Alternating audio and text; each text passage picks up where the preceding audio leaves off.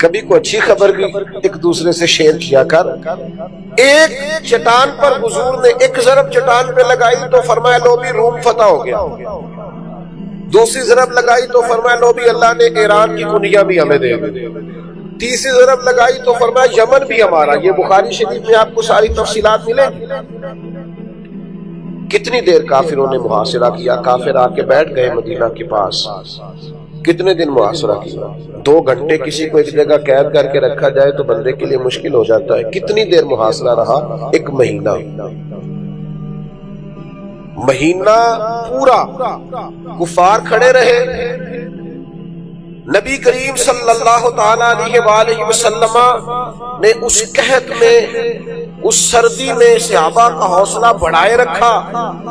ان ساری پریشانیوں میں جب نبی پاک ڈٹ کے کھڑے رہے تو اللہ نے فرمایا میرے محبوب کے غلاموں، وہ چھوٹی چھوٹی بات پہ گھبرا جانے والے مومنوں، ادھر دیکھو نا میرے محبوب کی طرف. لقد کان لکم فی رسول اللہ اسوۃ حسنہ.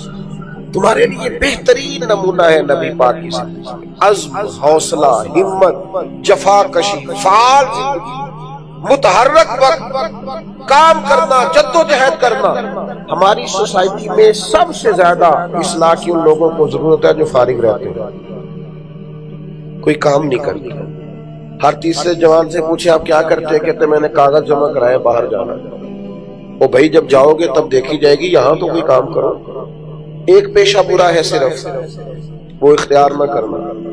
ایک پیشہ برا ہے، وہ ہے کسی کے سامنے ہاتھ پھیلانا.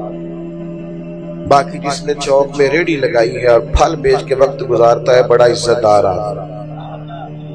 جو کسی کے دروازے پہ فیکٹری کے مین گیٹ پہ کھڑے ہو کے واچ مین کی ڈیوٹی کرتا ہے، وہ عزت دار آدمی ہے. اس لیے کہ محنت کرتا ہے، اپنے ہاتھوں کی روزی کما کے کھاتا ہے. نبی کریم علیہ السلام کے سامنے سے ایک نوجوان گزرا تو لوگوں نے کہا یہ دیکھو کتنی دوڑ سے جا رہا ہے، کاش اتنی دوڑ یہ اللہ کے راستے میں لگاتا. تو کریم فرمانے لگے اگر یہ اس لیے دوڑ رہا ہے کہ مجھے کسی کے سامنے ہاتھ نہ پھیلانا پڑے، اور اس لیے دوڑ رہا ہے کہ مجھے اپنے ماں باپ کو، بہن بھائیوں اور بیوی بچوں کو لے کے چلنا ہے، فرمایا اگر اس نیت سے دوڑ دھوپ کر رہا ہے تو یہ اللہ کے راستے میں کر رہا ہے. یہ اللہ ہی کا راستہ ہے.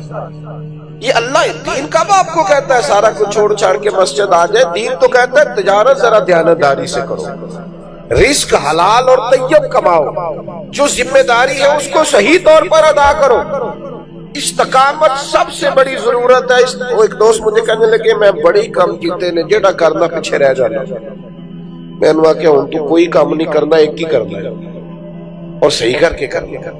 ایک ہی کرو. پتھر پہ پانی پڑے متصل تو بے شبہ گھس جائے پتھر کس ہل. آپ نے اپنے واش روم کے اندر کبھی آپ کو لگے نا کہ کوئی ٹوٹی کوئی نال لیک ہو گئی ہے اور قطرہ قطرہ پانی گر رہا ہے تو کچھ دنوں کے بعد دیکھے گا نیچے سوراخ ہو جاتا ہے.